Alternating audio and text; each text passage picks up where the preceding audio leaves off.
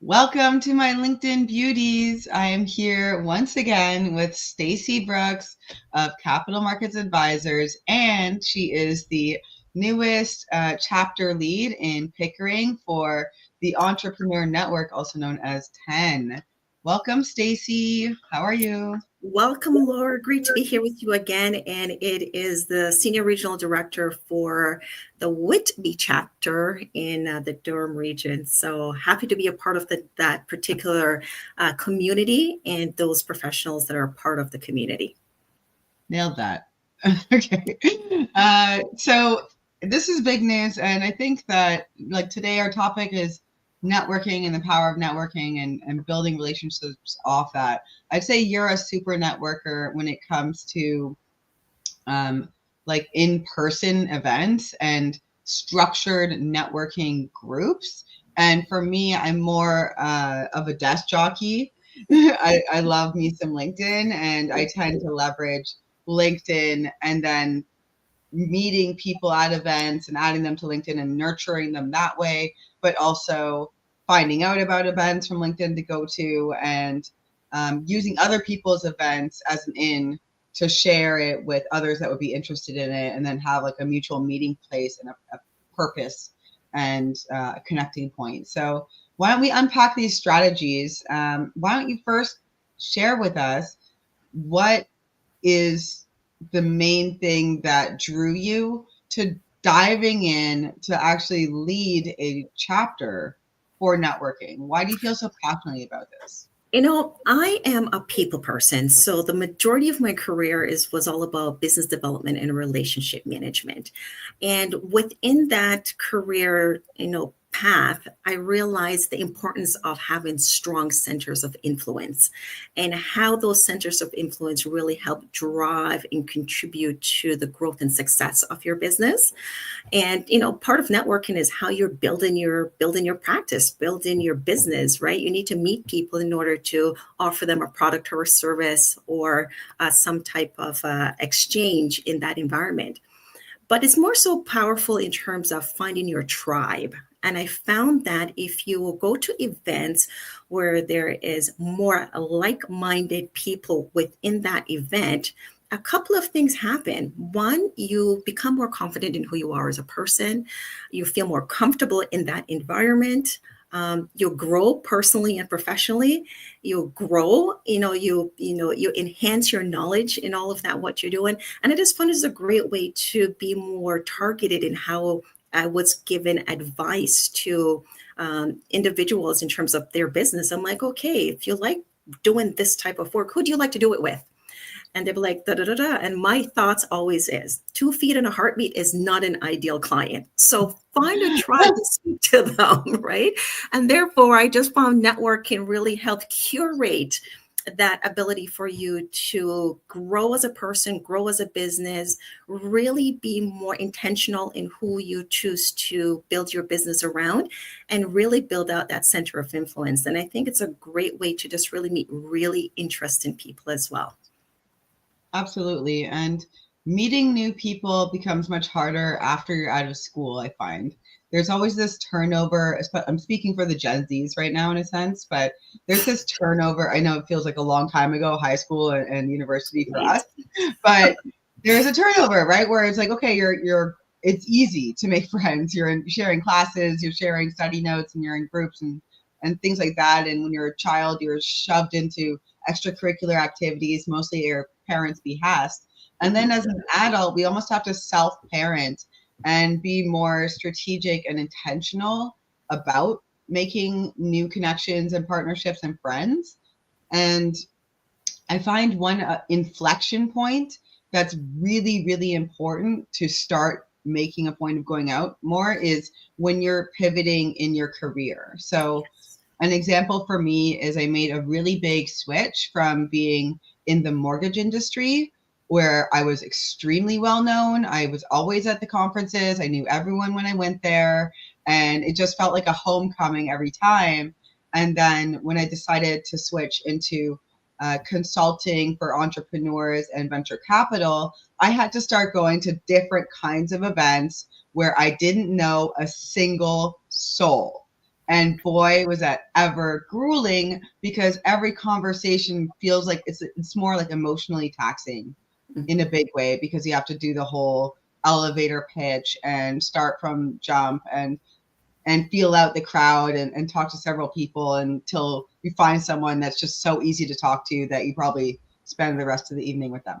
But it's true, because it challenges you to step outside of your comfort zone, especially when you do pivot from one career or industry to another, because you're now stepping into something that's newer to you. And in that newer space, it's newer audiences, newer conversations, newer people. However, I think what it does do, though, is it challenges you to be more curious and ask questions. All too often, uh, people use this type of environment to be transactional. Oh, what do you do? Like that, what do you do thing. And I don't think that's really what you should do. And relationships should be more authentic. And authentic comes through natural curiosity and asking questions, and find something in common that you can talk about. Eventually, you'll get to business, but really just get to know the person and ask curiosity questions. So, you coming here for some time? Yeah. How long have you been coming here? What brought you to this? And ask those types of questions before you're like, so what do you do? Right. yeah, And it makes you be more intentional. for sure. And you need to be visible at these events as well. So if there's an opportunity to go take the mic and do a 30-second elevator speech, even if you don't feel ready, you have to do it, because then people will come to you. It's more like an attracting thing. Mhm. And just to share briefly, a concrete example of how showing up to these events led to greater things was I went to an event at 111, which is in the same building as like Ontario Center of Innovation and others at 325 York, or Front Street rather. And so I met one of my current business partners, Awesome. He was on an AI panel. And I think I had a question for the panel. So again, visibility in a crowd. I got my hands up using my voice. And then later we got to intro ourselves. So I was second in line to do my introduction. And again, I didn't have that much to say. I had like plans, but nothing concrete. I still shared my plans and my vision. And then I met Awesome, who now I work with. We started working together at BDC as a consulting firm. And then I got free tickets to Web Summit, formerly known as Collision Conference. And then that opened that door. And then I got more dialed into the Black entrepreneurs sectors, and like all of these opportunities just kept coming. And it felt like less work every time I went to these events, because now there were more familiar faces. So it took about, I'd say, a year of grinding at events that I didn't know many people at before it became easy again. And so for anyone that's in that inflection point, just please keep going. Yes. And I think, another very valid point you pointed out in that story is you asked a question to make yourself memorable. And I think that's very important in how you show up at networking events. It's either you are well spoken, so you ask really powerful questions and you remember that way, or you dress a certain way, which either brings attention to you in a positive way. But you want to be memorable when you go to these events. You don't want to be a fly on the wall, especially if you're in growth mode or established mode or startup mode. You want to be able to be moving like a butterfly, from shoulder to shoulder, from groups to groups, to be able to meet people and, say something that people go, oh yeah, I remember you from the last meeting. I now go to events where people are like, don't I know you? And I'm like, maybe. And then you're saying, oh, was it this or was it that? And it's almost like you create this like networking little triage or group where you're like, hey, nice to see you again, another event. And it's in those moments where, people remember you as well and says, oh yeah, like actually as back to Awesome. I've met him at a networking event and, we chatted for a bit and what have you. And the other day he actually came across a friend that's in the same industry that I'm a part of, financial services. And this individual shared a scenario with him. And he goes, you know what? I only know one person I think you should call who can tell the story to that would understand. Call Stacy. And then he sends me a note on LinkedIn and goes, hey, I'm going to send this person to you. And, I had a conversation with that person. And as a result of that conversation, this is very recent, so I haven't even taken full action on it yet. The person told me their story and I'm like, oh, wow. I think you have something here that could potentially be, that could be addressed, right? I said, Yeah. I'm a part of a group that has all these professionals in it. And I think there's somebody within that group that I'm a part of that could be of value to you in this. So you can share that story with them. And that is the power of networking. It's Yeah. not always a direct result or benefit to you, but just having that center of influence where people come to you and you're able to connect people and resources as a result of networking and meeting these new people who are valid resources is so important to how you show up as well within your industry, show up as a valid resource for people, or just really enhances your credibility where people trust you enough to send referrals. And that's really the power of it, right? Networking is really helping people to get to know who you are, what your value is, what your vision is, what your processes are, and how closely aligned is our work ethic that if I'm to send somebody to you, I know that that person will be well taken care of. So it's very Yeah. important to be out there networking. Yeah. And so what you touched on there was like be a super connector.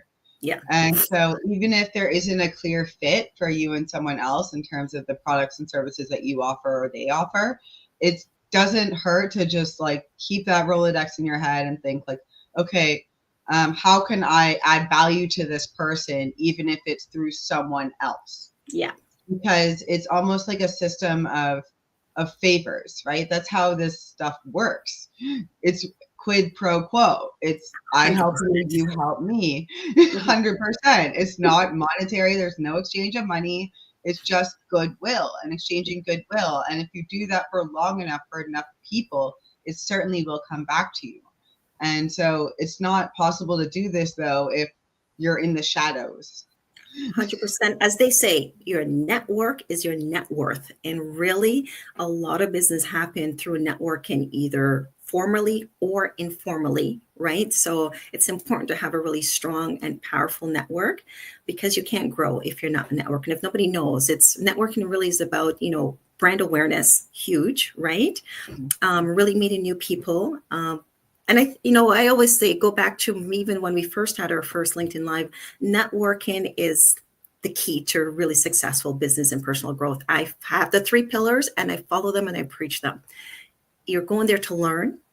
You're going there to establish relationships, and you're going there to really determine if you're going there for revenue generating possibilities. Those 3 pillars, and within those 3 pillars, there's so many other things to be factored into those 3 topics, but it's really about knowledge. Like the more spaces you go into that you are not familiar with, you are going to grow personally and professionally.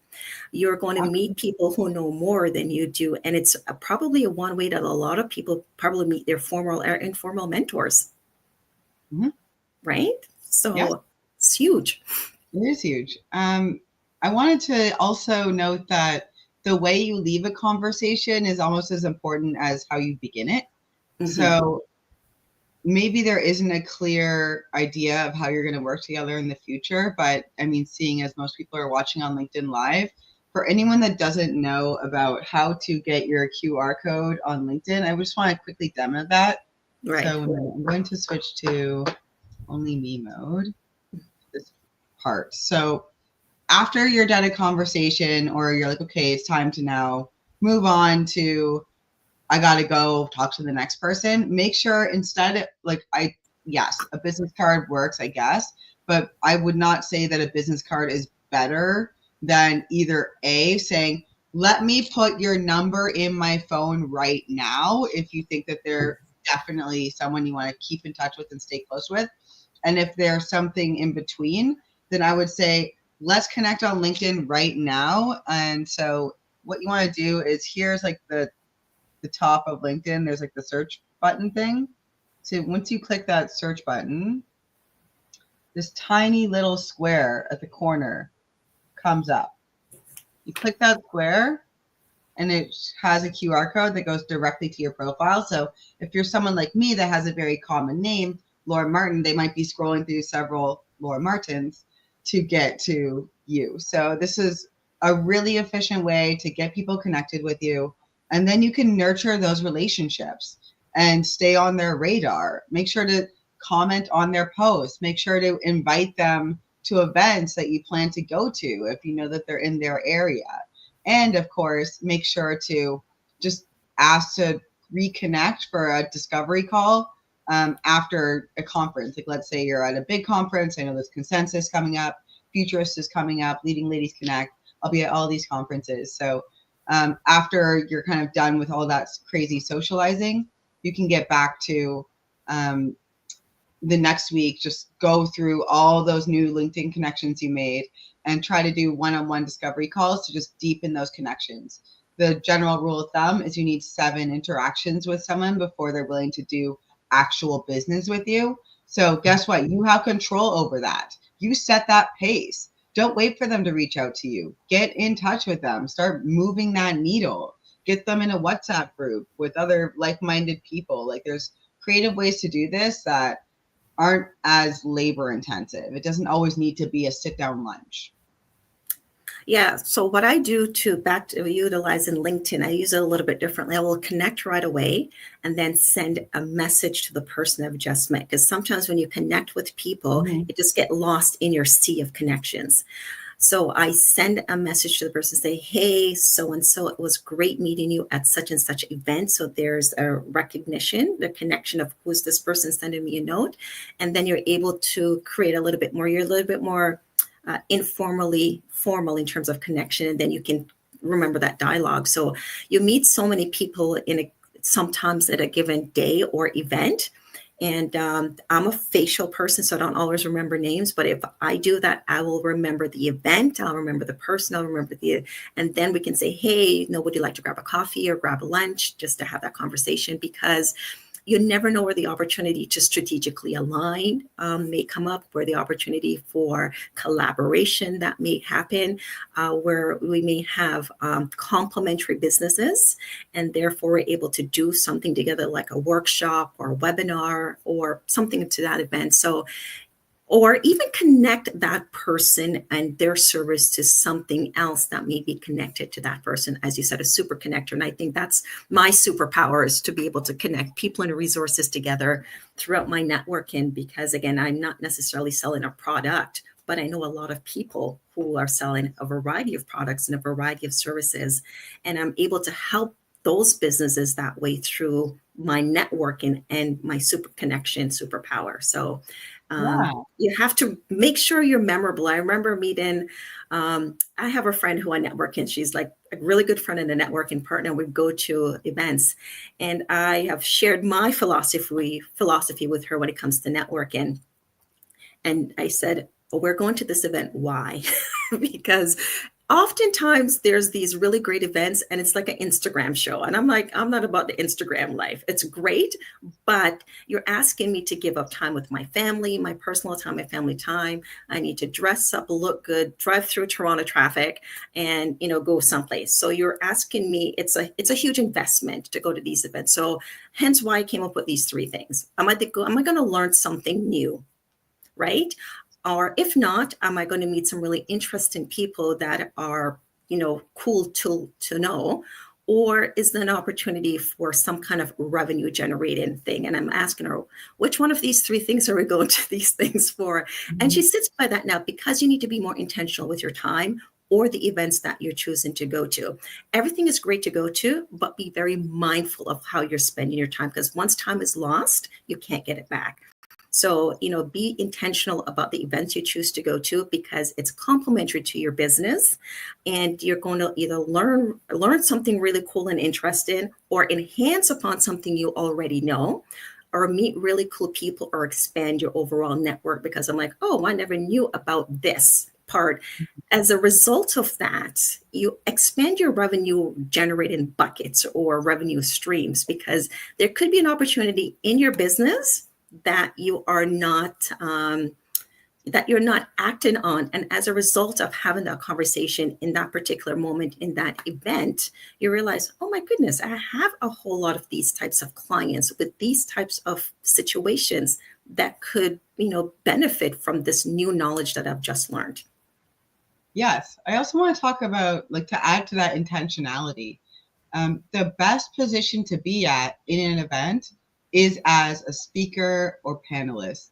Mhm. I guess organizer too, but organizing is a whole other thing. Mhm. I think it's great to organize events as well. It can be something like I'm doing right now, LinkedIn Live, or something in person. And I think if anyone's in the professional services, it's a must to treat your clients about once a year to some in-person event. But in general, if when you're at these events, try to find the organizer, make an impression of them. And if it is something that you enjoy doing, meaning being a speaker or panelist, and if you're really passionate and knowledgeable about generally the topics, then it should be something that's like an MO for you to try to see, like sow those seeds for in the future becoming a panelist or a speaker at that next annual event. Like an example is Futurist Conference. I was again in my foray into like the VC entrepreneurship and crypto world. At first, I started knowing very little, and then I started gaining more information on it as I started to gain connections and relationships with people that knew a lot about it. And then I kind of relied on their expert opinions plus my own research to form stronger opinions. And now I'm at the point where I can finally say I am a panelist at these types of events because I have done work in the field, and I had it on my vision board that I want to be a speaker at Futurist Conference. And this year, wouldn't you know it, I was at a different event. The Futurist organizer was there as well. She saw me on a panel and said, "Damn, you sound great. Come to Futurist. Would love to have you." So it's like you just need to be adjacent to it and keep going. But for me, like you said, like you need to have your goals. Like, are you learning something new, building relationships, or is it a revenue generating activity? I would add, is this something that you're passionate about? And can you level up in terms of your influence at these events in the future? Right. And, to add to that, again, it's being memorable. That's really what happened in the moment when your first interaction with that person that, allowed you the opportunity to be considered for future opportunities. I recently got a phone call from an individual that I met at a networking event about 2 years ago. And, there was a bit of an introduction, and I stood up and asked some more pressing questions to this individual. And we had a scheduled phone call after that interaction.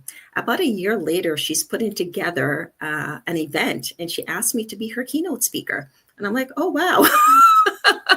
Right. So you never know where a brief, small, or elongated opportunity, how it may present itself for you in the future for that benefit. And, it's about sometimes it's about being in the right place at the right time. Sometimes you're in the right place, the wrong place at the right time, because in those moments you really meet individuals that you may not have intentionally meant to have met.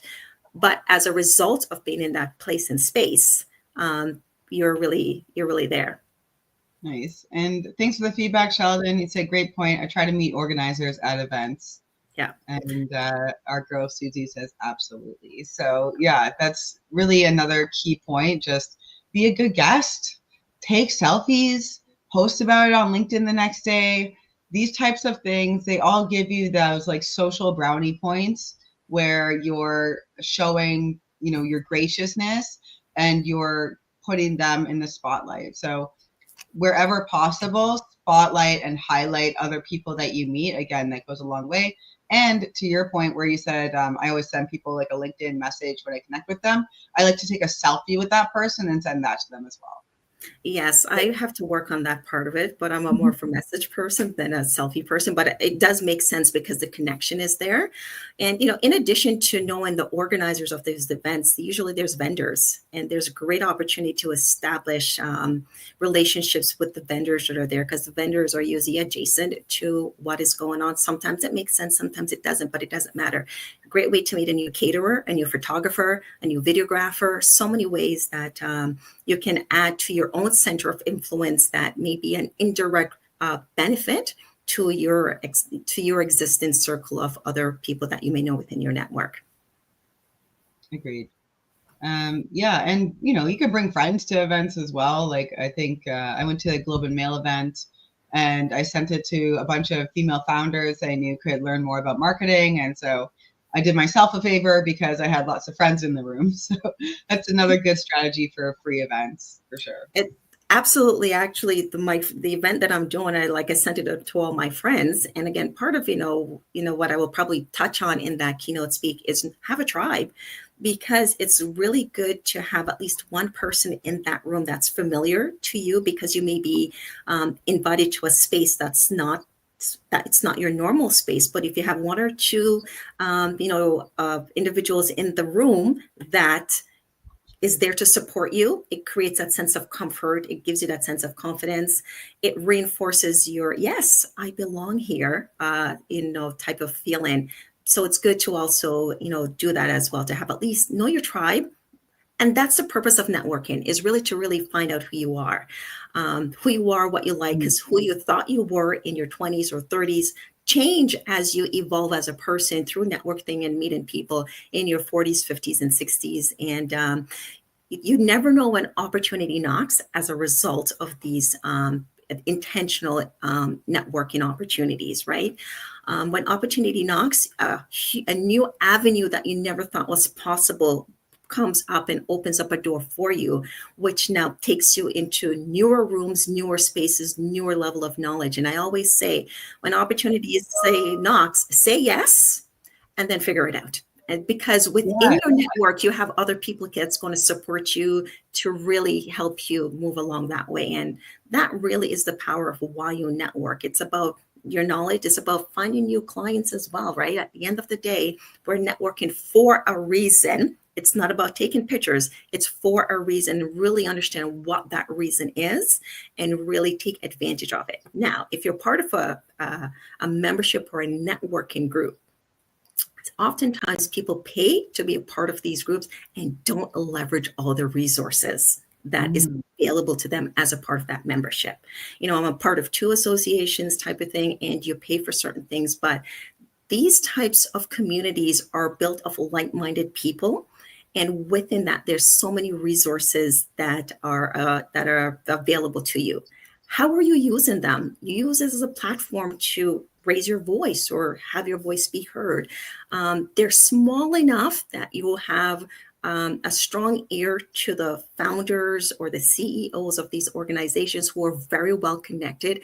And there you go. So you may have a network of 3,000 people, but they have a network of 20,000 people or 100,000 people, and so many, subject matter experts within that. They may have opportunities for you to hold other, events in person where you're meeting another larger group of like-minded people, or you're able to do certain things like this, like we met at a networking event and through a friend, and here we are, doing a LinkedIn Live. This is our 3rd or 4th one type of thing, right? So you never know when opportunity knocks as a result of taking advantage of these things. Absolutely. And I love this comment too, where they mention, yes, go for the organizer, but often they're really busy, which is true. You're probably not going to pull off something much longer than 2 or 3 minute conversation with the organizer. And please be aware if their eyes are starting to search the room and they're getting a little squirrely, do let them go. But they were saying that my seatmates at these type of events have proven to be great resources in their journey. They met the country manager for Microsoft one time because they just happened to be next door to them. I love that. It's so true. You shouldn't just, assume that anyone that's a big shot is the person on the stage. Know your seatmates, talk to everyone. Don't judge a book by its cover. And what I would even add to that is to just don't make it a thing where you're trying to meet as many people as possible either, though. I think there's definitely a sweet spot. Like, don't talk to one person the whole time. Probably I would aim for like 5 good, deep and meaningful conversations where like you remember who they are, what they do, and like where they live and basics about them. And one other thing I would add is a hack I have, which is wear something flashy. Yes. Like a colorful hat or tie or scarf or blazer, not head to toe flash per se, although if that's who you are and if that's authentic to you, that absolutely do that. So for me, I don't show up anywhere in sweatpants, like I always look pretty good. Like I Right. aim to be one of the best dressed people at an event. I do that for me personally because that's how I feel comfortable. But on top of that, like I'll wear, a flashy, bright colored blazer or hat, or I'll pick up one piece that's a statement piece.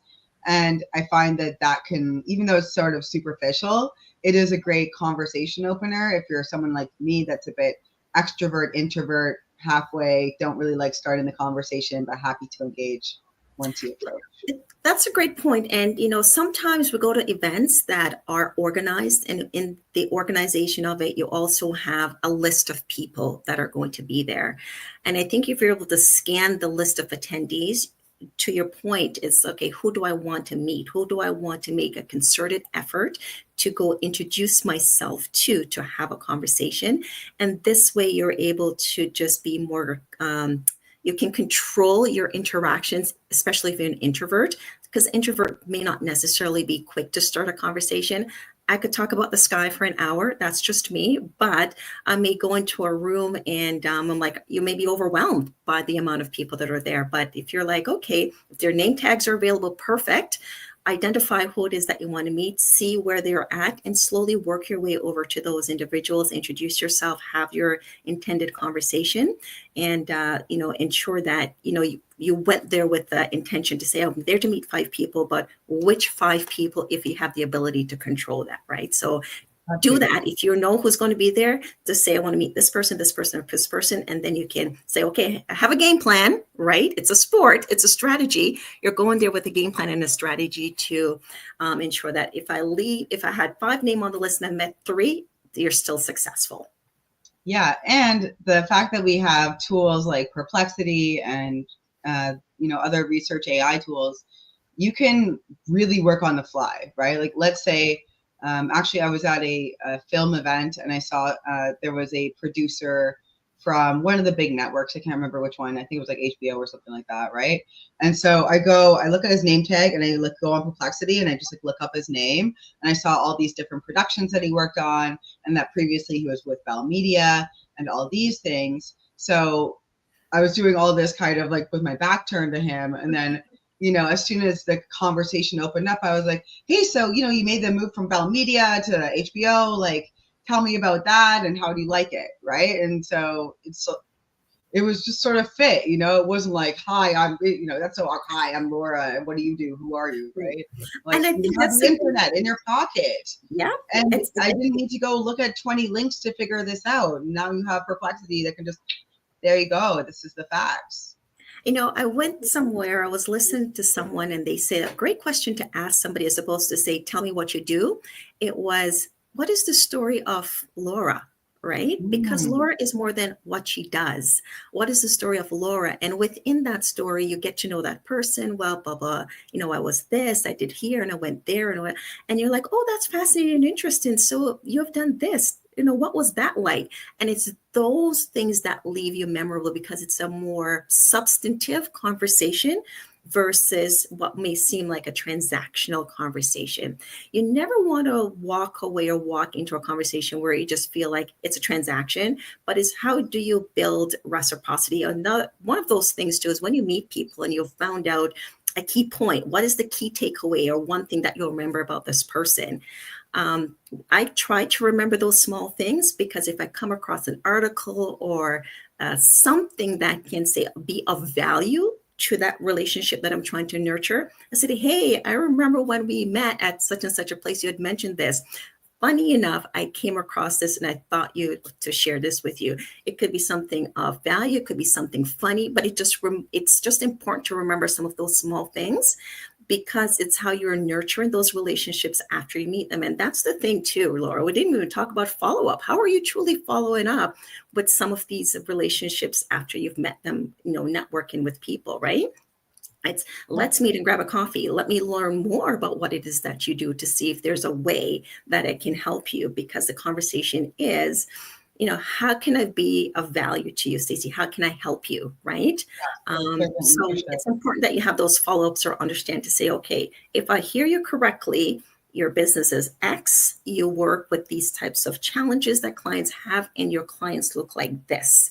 Because people know people, they don't know problems, right? But if you are working with somebody that has a similar challenges like you, and you like working with me, that means the quality of my referral is going to be that much more impactful.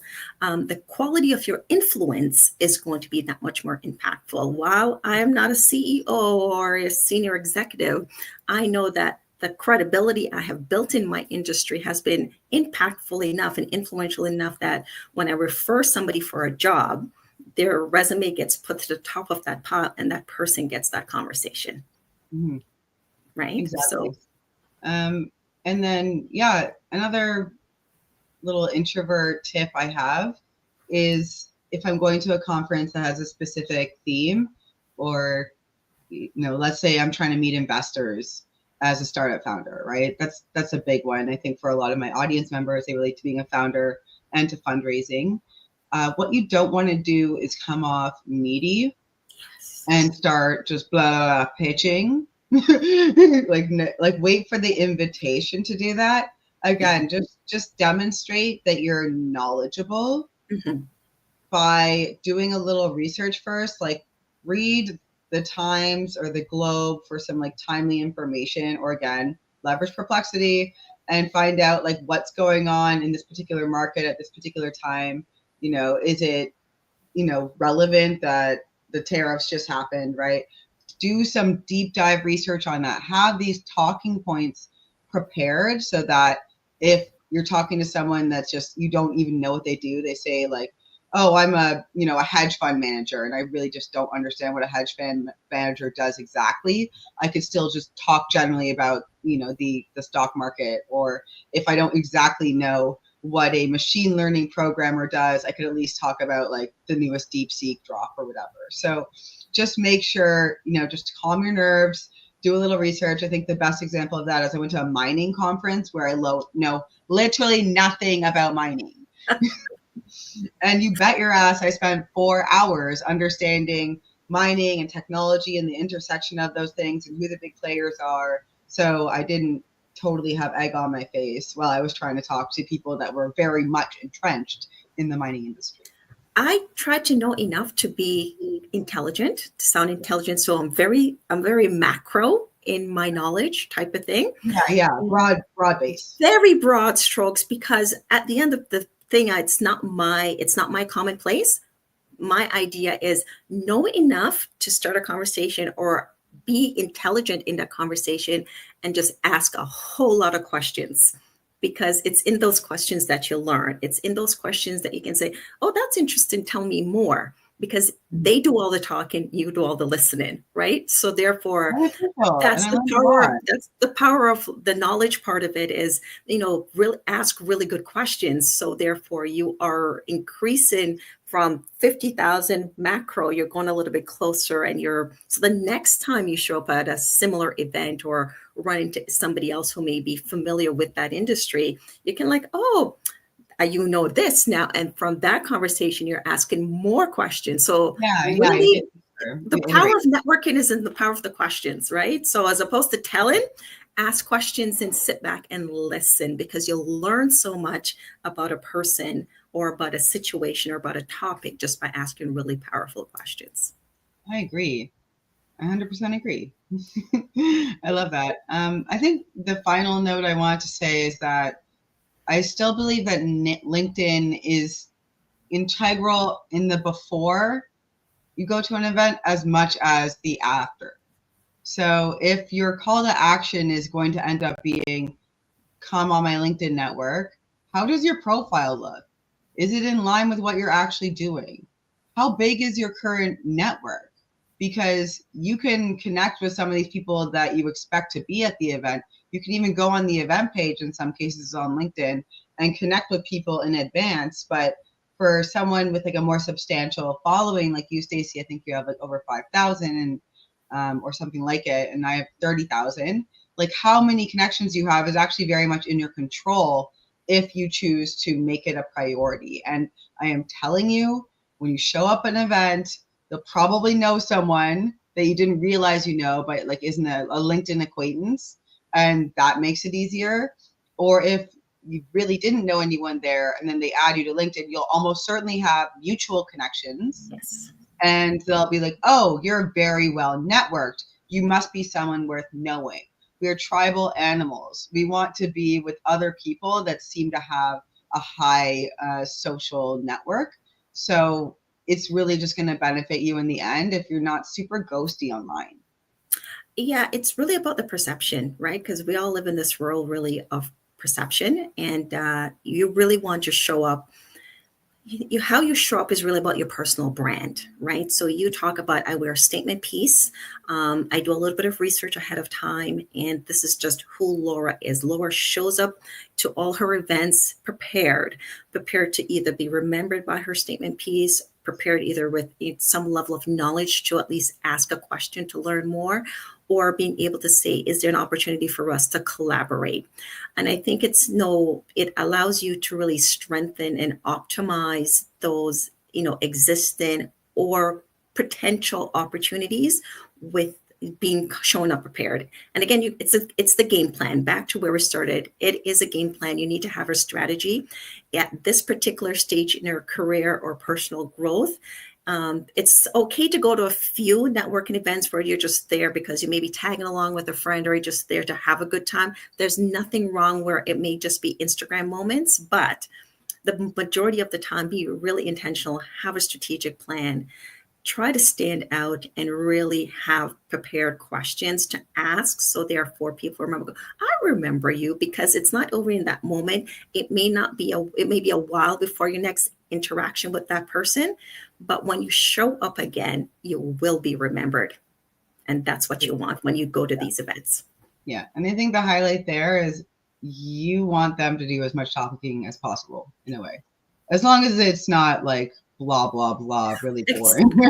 At that point, it's reciprocal. There's dialogue.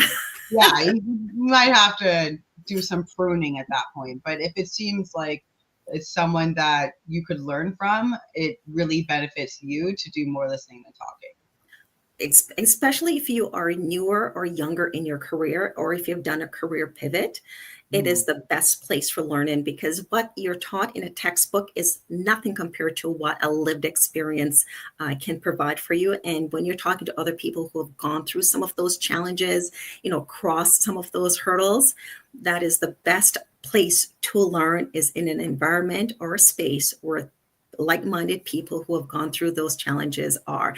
And it doesn't matter the career or the industry, because a business owner is a business owner is a business owner. We got expenses, we got employees, we got taxes, we've got pretty much the same foundational challenges.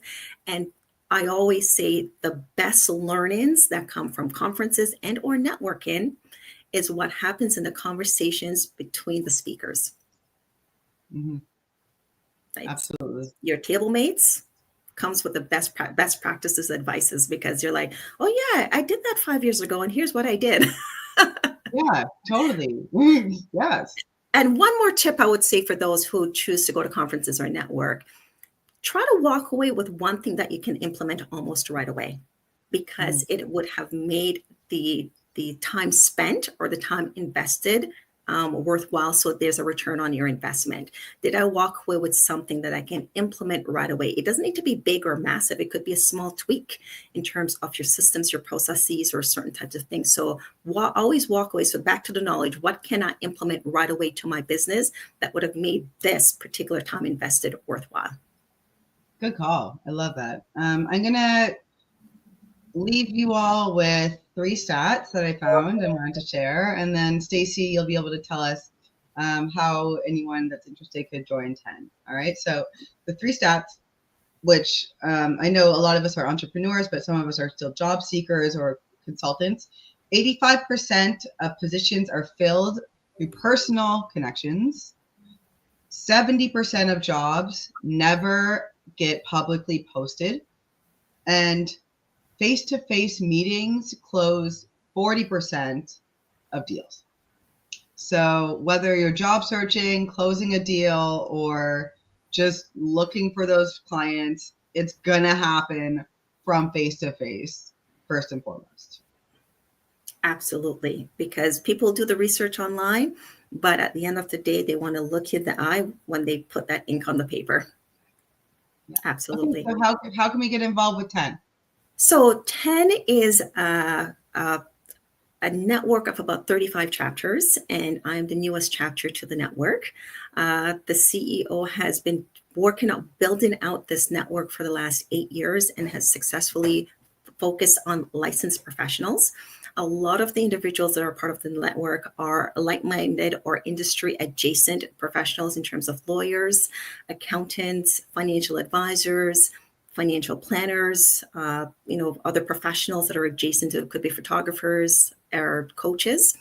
And just reach out to us on LinkedIn. We'll be happy to connect with us on LinkedIn, and then we can set up a conversation to learn more in terms of the net value to you, and see that if you are you'll get value from it. But I've been a part of the Entrepreneur Network, because it's predominantly all entrepreneur, for almost a year. And it's just been such a wonderful way to learn and meet new people in terms of different areas. We may have multiple lawyers, so similar, you hold that seat and that you're the person for that seat, but we have so many different types of lawyers, so our different types of accountants or financial advisors. And it's great to learn from other professionals, learn best practices, and be able to have a network of centers of influence that you can draw upon or share with others. Because the whole idea, it's not about just networking, it's about how can we enhance business referral of quality clients to and fro based on how you run your practice. So reach out to us on LinkedIn, so myself or Lucy Jeffrey, and we'll be happy to have a conversation with you to see where in the network there may be an opportunity for you to be a part of this very exclusive group. Amazing. Yep, that's the other thing. Wherever you're trying to be, find people that are it. It's a matter of time from there. So absolutely, thank you everyone who joined us today. We love doing these lives for you, and we hope you got tons of value. Thank you so much, everyone, for your time. Bye.